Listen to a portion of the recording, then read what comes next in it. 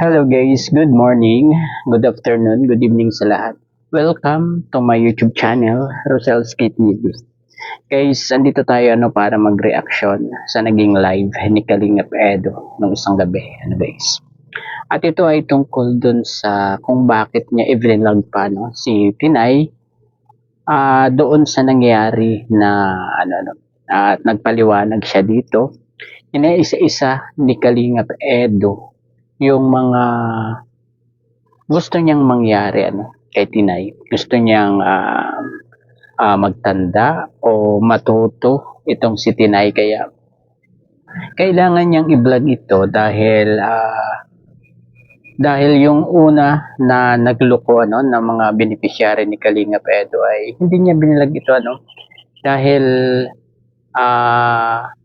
siguro naiisip ni Kalingap Edo yung mga bata yung kahihiyan, baka mabash pero itong kay Tinay guys ay talagang vlog niya ito dahil gusto niyang matutuan at gusto niyang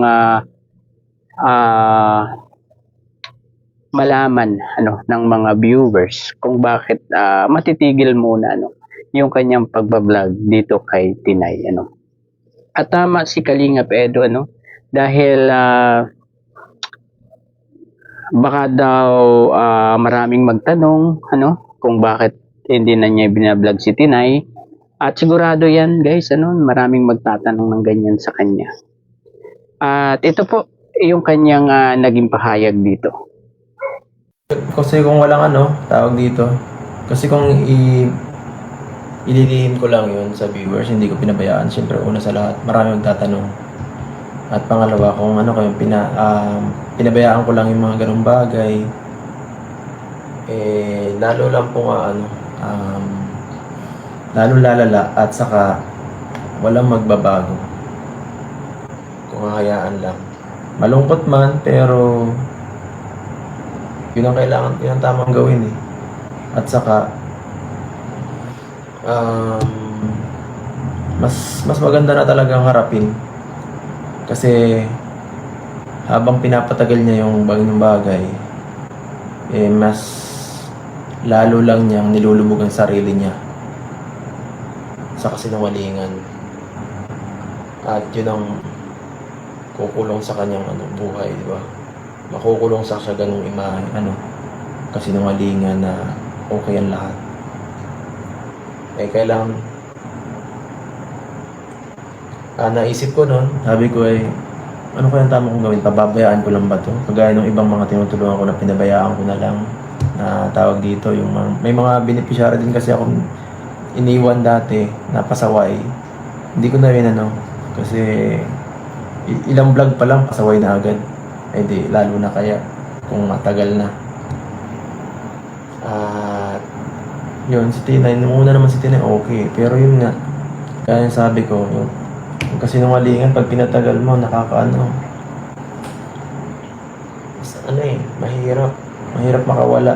Parang gano'n na namang sitwasyon ni Tinay, hindi niya na kayang umalis kasi marami nang masasaktan siyempre. Una, ako, pangalawa, una na yung pamilya niya, sunod ako, sunod sponsor. Yun na. Habang tumatagal, ginagawa niya yun at hindi umaamin, mas kawawa siya, hindi kami. Kasi tawag dito, lalo lang niya nilulubog yung sarili niya sa ganong sitwasyon. At kaya nung kanina, hinarap namin siya nila Jeneline, nila Early. Talagang pure, ganang gawa yun sa pagmamahal na din, yung pagsabi namin, sinabi namin ng paunti-unti. Ako, sinabi ko ng paunti-unti kay Tinay nung sa vlog kanina, para hindi naman masyado mabigla sila, yung pamilya niya, sa mga ginawa ni Tinay. At ako nang tumulong sa kanya para makalaya sa ganun sitwasyon. Ako na nagsabi, di ba? Para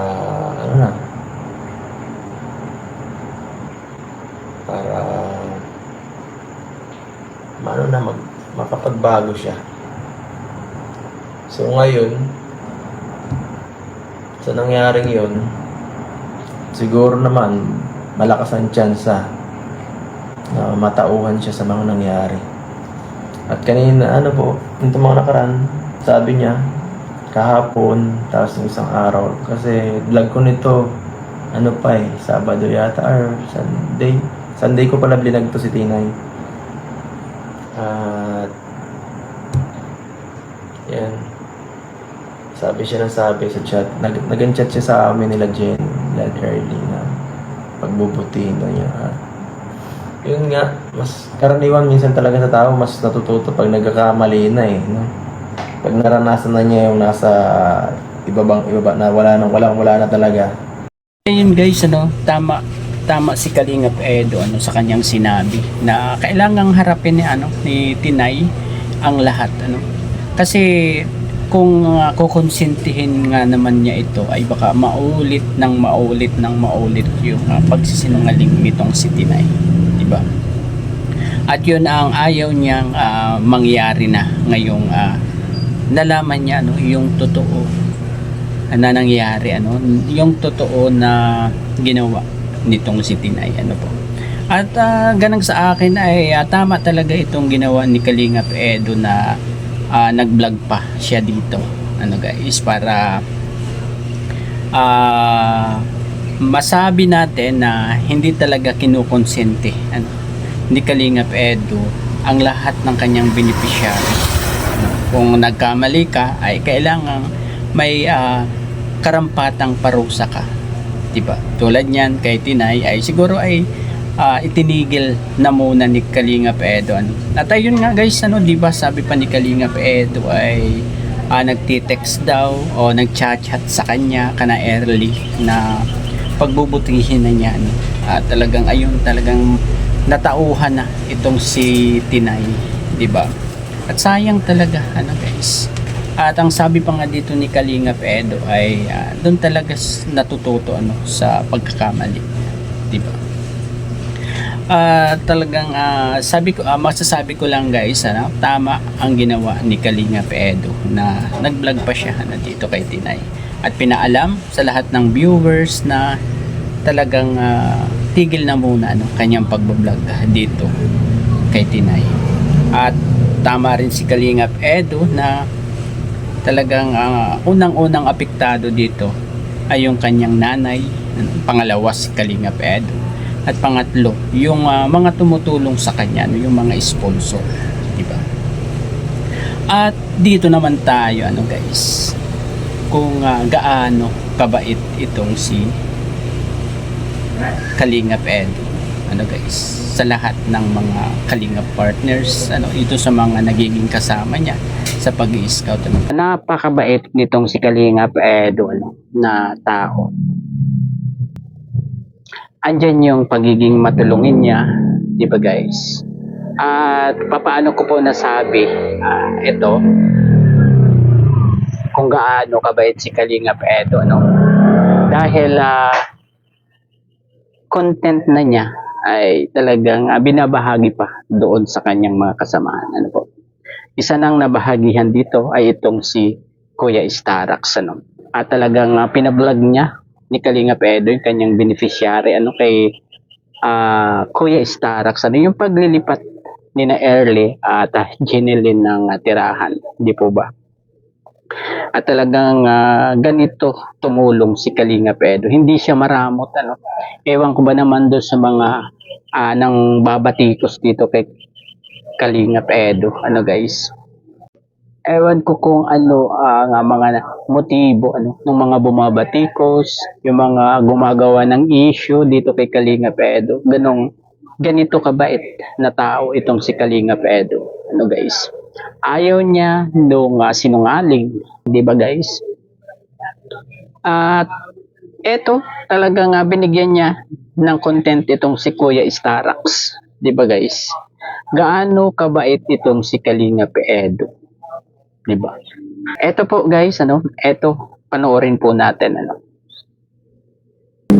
Nagpapasalamat po ako siyempre sa Team Kalingap and kay Eds talagang napakalaking karangalan at chance na bigyan tayo ng content.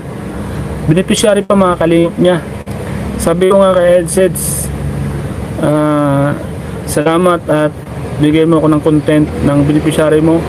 Kung sakaling may mag-comment at kung bakit binlag ko to, andyan ka ako. Kaya salamat po mga kalingap sa inyo lahat at sa lahat ng sumusuporta. Napakalaking komponyon, privilege po sa akin na mabigyan tayo ng content na gayon. Grabe. Thank you so much po sa inyo lahat. Sobra ako nagpapasalamat mga kalingap. Ayun guys, ganyan kabait talaga si Kalingap Edo. Wala siyang pinipili. Basta gusto niyang tumulong sa kanyang mga kasamahang K-boys.